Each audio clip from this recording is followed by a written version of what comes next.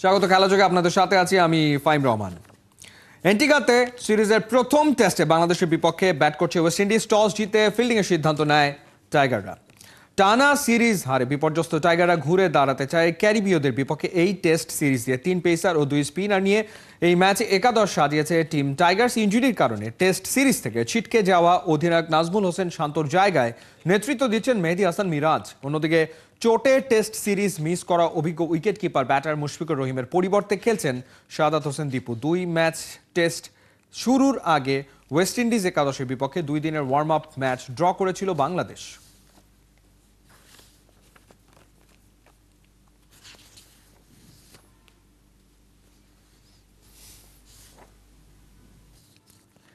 Antigua test নিয়ে কথা বলতে আমাদের সাথে যোগ দিচ্ছেন সহকর্মী সাইফুল রূপক।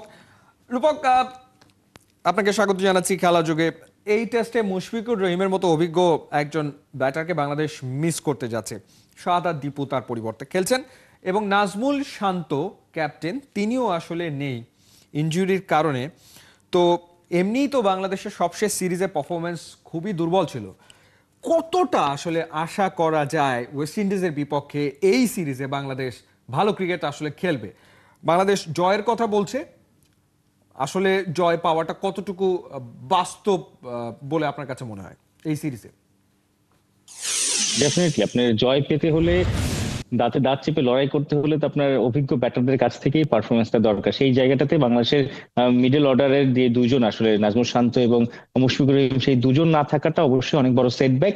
যেখানে ইনএক্সপিরিয়েন্স ব্যাটাররা খেলবে তাদের কাছ থেকে আপনি ওই কন্ডিশনে, যেখানে আপনি দেখছেন বাংলাদেশি পেসাররাও ভালো মুভমেন্ট পাচ্ছে, পেসাররা দাপট দেখায় ওই কন্ডিশনে, নতুন বলে ডিউক বলে, সেই জায়গাটাতে আসলে তাদের রান করাটা তাদের কাছ থেকে এক্সপেক্ট করাটা আসলে ঠিক হবে কিনা যায় না। টিম ম্যানেজমেন্ট হয়তো কতটুকু এক্সপেক্ট করা যায় না, তবে ভালো খেললে, যেটা গতকালে আমি নিউজ করেছিলাম, হাবিবুল বাশার সুমন সাবেক অধিনায়ক স্বাগত নির্বাচক, তিনি বলেছিলেন যে বাংলাদেশের ব্যাটিংটা স্ট্রাগল করছে, এর মধ্যে দুজন নেই, সেটা আসলে বড় সেটব্যাক। তবে বোলাররা রাজ করতে পারে।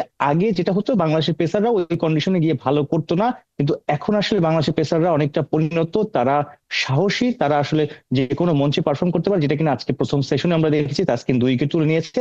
আরেকটা জায়গায় আপনি যদি বলছেন যে সাফল্য দেখা যায় কিনা, মানে সাফল্য পাওয়ার জন্য স্বপ্ন দেখা যায় কিনা, সেই জায়গাটাতে আমি বলবো দুই দলের ব্যাটিং অর্ডার, ব্যাটিং লাইন আপটাই আসলে ইনএক্সপিরিয়েন্স। একমাত্র ওয়েস্ট ইন্ডিজের ক্রেগ ব্রাথওয়েট, যে ক্যাপ্টেন, 90-এর মতো টেস্ট খেলেছেন। তাছাড়া জসুয়া দা সিলভা, তিনি কিপার, লোয়ার মিডল অর্ডারে ব্যাটিং করেন। মাঝে যে 5-6 জন আছেন, কারোই কিন্তু আসলে 10টা টেস্ট খেলার অভিজ্ঞতা নেই, সবাই কিন্তু সিঙ্গেল ডিজিট। সো বাংলাদেশ এবং ওয়েস্ট ইন্ডিজের ব্যাটিং অর্ডার একদমই আসলে অর্ডিনারি বলা যায়। যেহেতু বাংলাদেশেরও দুজন অভিজ্ঞ নাই, লিটন এবং মুমিনুল যদি ভালো খেলে, তাহলে হয়তো বাংলাদেশ একটু প্রতিরোধ গড়তে পারে।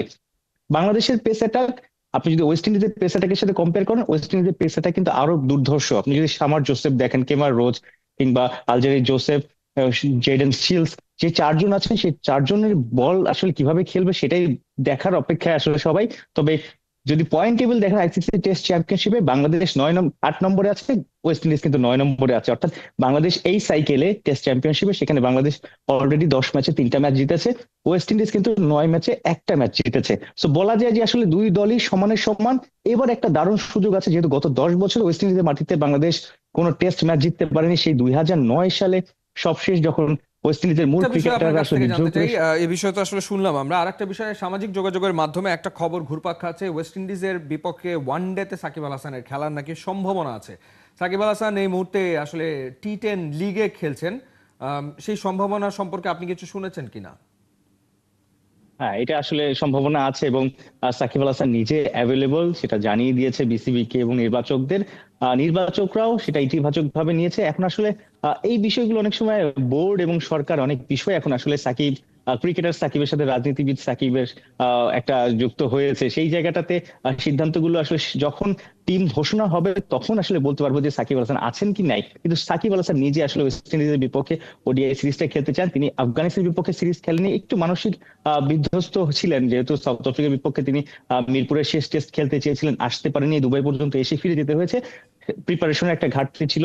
তিনি টি10 খেলছেন, গতকাল দেখেছেন যে দুর্দান্ত বোলিং করেছেন, ফিল্ডিং ও একদম জান বাজি রেখে ফিল্ডিং করেছেন, গ্রাউন্ড ফিল্ডিং সবকিছু মিলিয়ে সাকিব আল হাসান আসলে নিজে আবারও ক্রিকেটে ফিরেছেন, পুরো মনোযোগ ফোকাসটা আছে, এবং তিনি যে বুদ্ধিমত্তা দিয়ে ক্রিকেট খেলেন, বোলিংটা করেছেন, তো সেইটা আসলে ওয়েস্ট ইন্ডিজ বিপক্ষে তিনি দেখাতে চান। এখন আপনাকে অসংখ্য টিম অসংখ্য অসংখ্য ধন্যবাদ আমাদের সাথে যুক্ত হওয়ার জন্য। সহকর্মী সাইফুল রুপক আমাদের সাথে যুক্ত হয়েছিলেন এবং তার সাথে আমরা কথা বলছিলাম বাংলাদেশের ওয়েস্ট ইন্ডিজ সিরিজ প্রসঙ্গে। দেশের মাটিতে টেস্ট থেকে সাকিবের অবসরের আকুলতা, প্রিয় তারকাকে সাদা পোশাকে দেখার তুমুল বাসনা, কিন্তু দিন শেষে সব হয়ে যায় এলোমেলো। তবে সাকিব ইস্যু ছাড়াও সাউথ আফ্রিকা সিরিজের আগ মুহূর্তে দানা বেঁধেছিল আরেক ষড়যন্ত্র। পরিকল্পনা হয়েছিল সাউথ আফ্রিকার টিম বাসে হামলার। ৭১কে দেওয়া সাক্ষাৎকারে সেই প্রমাণ পাওয়ার কথা জানিয়েছেন যুব ও ক্রীড়া উপদেষ্টা আসিফ মাহমুদ। অন্তর্বর্তীকালীন সরকারের ১০০ দিন উপলক্ষে ধারাবাহিক প্রতিবেদনের পঞ্চম পর্ব আজ, জানাচ্ছেন পার্থ বণিক।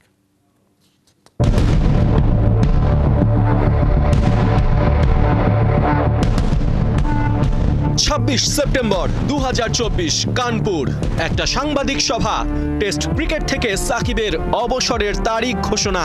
যদি সুযোগ থাকে, আমি যদি দেশে যেয়ে খেলতে পারি, মিরপুর টেস্ট হবে আমার জন্য লাস্ট, স্পেশালি টেস্ট ক্রিকেটে। প্রায় ১ মাস পর ২০ অক্টোবর এবার মিরপুর, হোম অফ ক্রিকেটে সাকিবের পক্ষে বিপক্ষে তুমুল আন্দোলন। এক দল চায় সাকিবের শাস্তি, তো আরেক দলের মুখে সাকিবের প্রত্যাবর্তনের দাবি।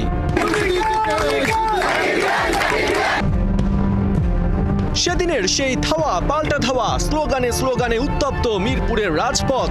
জানালার ফাঁক দিয়ে সব দেখেছিল সাউথ আফ্রিকা ক্রিকেট দল। তবে এখানেই কি শেষ? মোটেও না। যুব ও ক্রীড়া উপদেষ্টার সাথে ৭১-এর একান্ত সাক্ষাৎকারে এবার বের হয়ে এসেছে ওই সময়কার চাঞ্চল্যকর এক তথ্য, যেখানে টালমাটাল পরিস্থিতিতে হয়েছিল দেশবিরোধী ষড়যন্ত্র। নেওয়া হয়েছিল সাউথ আফ্রিকা দলের ওপর ঢিল মারার পরিকল্পনা। আপনারা যখন দায়িত্বটা নিলেন তখন প্রথম অ্যাসাইনমেন্টে ছিল যে নারী বিশ্বকাপটা সুষ্ঠুভাবে আয়োজন করা, but that was very shocking যে নারী বিশ্বকাপটা শিফট হয়ে যায়। এর পরবর্তীতে আমরা দেখতে পেয়েছি সাউথ আফ্রিকাকে আমরা আমন্ত্রণ জানালাম, নানাভাবে তাদেরকে আশ্বস্ত করার চেষ্টা করলাম যে বাংলাদেশ সেফ। ওই কন্ডিশনেও মাঠে আন্তর্জাতিক ক্রিকেট ফেরানোটা কতটা চ্যালেঞ্জিং ছিল ওই সময়টাতে? ওই সময়টাতে আপনারা জানেন বাংলাদেশের পরিস্থিতির কারণে বিভিন্ন অনেকগুলো দেশের ট্রাভেল ব্যান ছিল বাংলাদেশের, যে কারণে নারী ক্রিকেট বিশ্বকাপটা বাংলাদেশে আয়োজন করা সম্ভব হয়নি। তবে আমরা পুরোপুরি রাইটস কাউকে না দিয়ে আমরা সেটা সংযুক্ত আরব আমিরাতের সাথে রাইটস শেয়ার করেছি এবং তার ফলে আমাদের প্রায় ৪ থেকে ৫ মিলিয়ন ডলারের মতো একটা রেভিনিউ আমাদের বিসিবি কিন্তু পেয়েছে। এরপরও সাউথ আফ্রিকা বাংলাদেশে আসলো। ওই সময়টা থেকে মনে হয়েছে আপনার কাছে, যেহেতু স্বৈরাচারী সরকার বিদায় নিয়েছিল, তার দোসররা ঘোলা পানিতে মাছ শিকার করতে পারে যখন সাউথ আফ্রিকা টিম? শুধু ওই সময় না, এখনো সবসময়ই এটা থাকে। আমাদের কাছে অনেকগুলো স্ক্রিনশট তখন এসেছিল যে সাউথ আফ্রিকার টিম বাসে ঢিল মারার মতো পরিকল্পনা হচ্ছিল। তো আমরা তখন নিরাপত্তা জোরদার করার চেষ্টা করেছি এবং জোরদার করেছি। তো এই ষড়যন্ত্রটা সবসময় চলমান থাকবে এবং এটা আমি মনে করি বাংলাদেশের জনগণের বিরুদ্ধে, বাংলাদেশ রাষ্ট্রের বিরুদ্ধে এক ধরনের ষড়যন্ত্র, এটা এক ধরনের রাষ্ট্রদ্রোহিতা। এবং আপনারা সেটা দেখছেনও বিভিন্ন ইন্টারন্যাশনাল মিডিয়ায় কীভাবে দেশের বাইরে বসে বসে বিভিন্ন প্রোপাগান্ডা করা হচ্ছে, যেগুলো আসলে সত্য না। এটা আমি মনে করি রাষ্ট্রের বিরুদ্ধে এক ধরনের ষড়যন্ত্র এবং এই ষড়যন্ত্রকে সরকারের দিক থেকে আমরা কঠোরভাবে মোকাবেলা করবো এবং বাংলাদেশের জনগণের যথার্থ জবাব দিচ্ছেন তাদের জায়গা থেকে। জুলাই বিপ্লবকে নস্যাৎ করতে যে ক্রিকেটকে হাতিয়ার বানানোর অপচেষ্টা চালিয়েছিল ষড়যন্ত্রকারীরা, এবার সেই ২২ গজেই নতুন বাংলাদেশকে চেনাতে চান আসিফ মাহমুদ। উপলক্ষ বাংলাদেশ প্রিমিয়ার লিগ বিপিএল। প্রধান উপদেষ্টার পরামর্শে চলছে সেই আয়োজনের মেগা প্রস্তুতি। ডক্টর মোহাম্মদ ইউনূস তিনি প্ল্যান করছেন এই বিপিএলকে আরও বৈশ্বিকভাবে পৌঁছে দিতে। সেক্ষেত্রে আসলে স্পেসিফিকভাবে কোন কোন প্ল্যান নিয়ে আসলে এবার বিপিএলটা এগোচ্ছে? কারা আসতে পারেন এবার বিপিএলকে আরও বেশি জাঁকজমক করতে?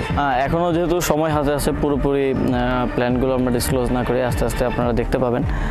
বিপিএলকে কেন্দ্র করে একটা দেশব্যাপী ইয়ুথ ফেস্টিভ্যাল করার একটা পরিকল্পনা আছে এবং এখন পর্যন্ত আইওসি চেয়ারম্যান এবং ফিফার প্রেসিডেন্ট কথা দিয়েছেন আসবেন। আমরা আরও অনেককে ডক্টর মোহাম্মদ ইউনূস স্যার নিজেই আমন্ত্রণ জানাচ্ছেন এবং আশা করি এবারের বিপিএলটাকে আমরা একটা আন্তর্জাতিক মান দিতে পারবো এবং সেভাবে পৃথিবীর নজরটা বিপিএলকে কেন্দ্র করে বাংলাদেশের দিকে আনতে পারবো।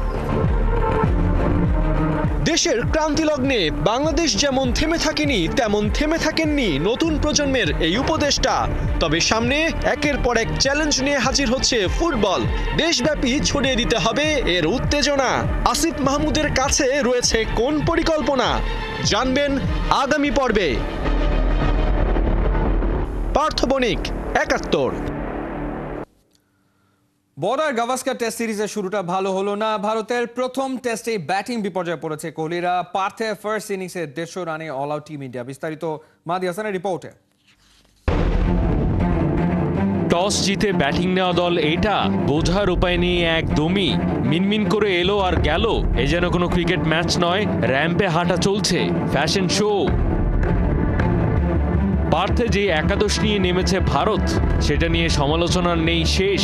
অনেকের মতে সিরিয়াস ফরম্যাট টেস্টে অস্ট্রেলিয়ান উইকেটে আর মরা পিচে খেলা আইপিএল এর মধ্যে যে ফারাক বিস্তর, সেটাই আলাদা করতে পারছে না কোচ গৌতম গম্ভীর। তারুণ্যে ঠাসা দল ভুগেছে ভীষণ, অভিজ্ঞরাও নিদারুণ ব্যর্থ। সবচেয়ে বড় কথা, আউট ছাড়া খেলা বলগুলোতেও পরিষ্কার স্টার্ক হ্যাজেলউডদের বোলিংয়ের আগাগোড়া বুঝতে পারেনি কেউ। জয়সওয়াল 0, রাহুল 26, পাডিক্কাল 0, কোহলি 5, জুরেল 11, সুন্দর 4। ঋষভ পন্থ 37 আর নীতিশ রেড্ডি 41 রান করে খানিকটা লড়াই করেছেন বটে, তবে সেসব যথেষ্ট হয়নি। 150 রানেই প্যাকেট হয়েছে ওপারের দাদারা। মাহদি হাসান, 71। নতুন মৌসুমের প্রথম শিরোপাটা গেল বসুন্ধরা কিংসের ঘরে। জুলাই আগস্টের শহীদদের স্মরণে বাংলাদেশ 2.0 চ্যালেঞ্জ কাপে মোহামেডান স্পোর্টিং ক্লাবকে 3-1 গোলে হারিয়েছে। বিজয়ীদের হাতে পুরস্কার তুলে দেন ক্রীড়া উপদেষ্টা আসিফ মাহমুদ। অর্ণবাপী রিপোর্ট।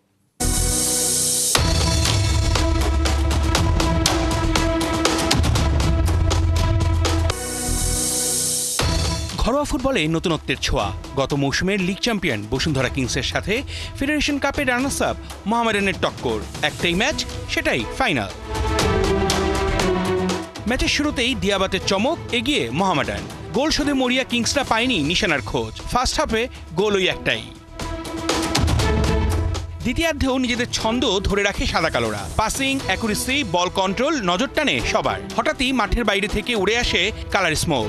কিছুক্ষণ বন্ধ থাকে খেলা, ম্যাচের মোমেন্টাম হারায় মোহামেডান। সুযোগটা কাজে লাগাতে ভুল করেনি কিংসরা। 72 মিনিটে তপু বর্মনের স্কোরে সমতায় ফেরে ওরা। কোণঠাসা মোহামেডানের ডিফেন্স লাইন। কিছুক্ষণ পরেই ফাহিমের গোলে এগিয়ে যায় বসুন্ধরা কিংস। পিছিয়ে পড়ে গোল শোধে মরিয়া সাদা কালোরা। নিশানার খোঁজ তো পায়নি, উল্টো হজম করেছে আরও এক গোল। 3-1 গোলে জিতে কিংসরা করেছে বিজয় উৎসব। Very much for all the fans who coming who support Bashundhara King. Thank you very much. আমি আমার গোলটা আমার ছেলেকে ডেডিকেশন করব। আমার ছেলের জন্মদিন, তাকে আমি ডেডিকেট করি গোলটা। অনেক ইম্পর্টেন্ট গোল আমার জন্য, আমার ক্যারিয়ারের জন্য, আমার ফ্যামিলির জন্য, এবং যে স্যাক্রিফাইসের জন্য আমরা এই টুর্নামেন্টটা খেলেছি তাদেরকে আমি আমার অন্তর থেকে শ্রদ্ধা জানাই। জুলাই আগস্টে ছাত্র জনতার আন্দোলনে সম্মুখ সারির যোদ্ধা ক্রীড়া উপদেষ্টা আসিফ মাহমুদের হাত থেকে বাংলাদেশ 2.0 চ্যালেঞ্জ কাপের ট্রফি গ্রহণ করে চ্যাম্পিয়নরা।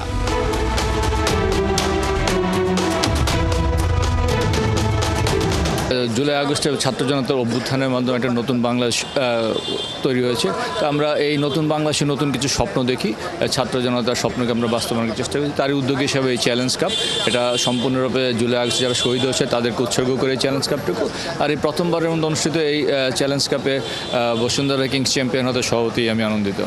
যে দল চ্যাম্পিয়ন রানার্স আপ হোক না কেন, প্রাইজ মানি সমুদয় অর্থ আমরা জুলাই স্মৃতি ফাউন্ডেশনের অনুদান হিসেবে প্রদান করব। তো সেই হিসাবে 25 লাখ টাকা, 20 লক্ষ টাকা চ্যাম্পিয়ন টিমের এবং 5 লক্ষ টাকা রানার্স আপের, এই 25 লাখ টাকার পুরোটাই আমরা জুলাই স্মৃতি ফাউন্ডেশনে দান করব। নতুন বাংলাদেশের নতুন অনুপ্রেরণা নিয়ে এগিয়ে যাবে তরুণরা। উচ্ছ্বাস, উদ্দীপনা আর মাঠের ফুটবল হবে আরও প্রাণবন্ত, সেটাই সবার প্রত্যাশা। অর্ণব বাপি, 71। চলছে খেলাযোগ। সরাসরি সংবাদ অনুষ্ঠান দেখতে চোখ রাখুন 71-এর ফেসবুক পেজ এবং সাবস্ক্রাইব করুন 71-এর ইউটিউব চ্যানেল 71-এর সাথে।